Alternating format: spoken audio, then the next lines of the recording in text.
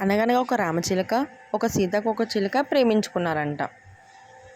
ఒకరోజు రామచిలక సీతాకోకతో ఇలా అన్నదంట, సీతాకోక, నువ్వెప్పుడు నాకు అబద్ధం చెప్పకు.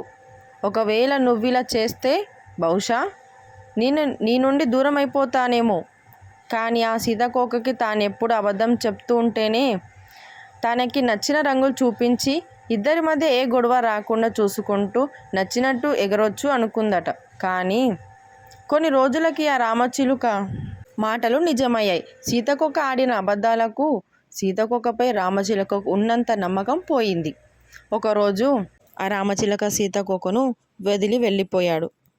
అప్పుడు సీతాకోక చిలుక బిక్కు బిక్కుమంటూ ఏడ్చింది.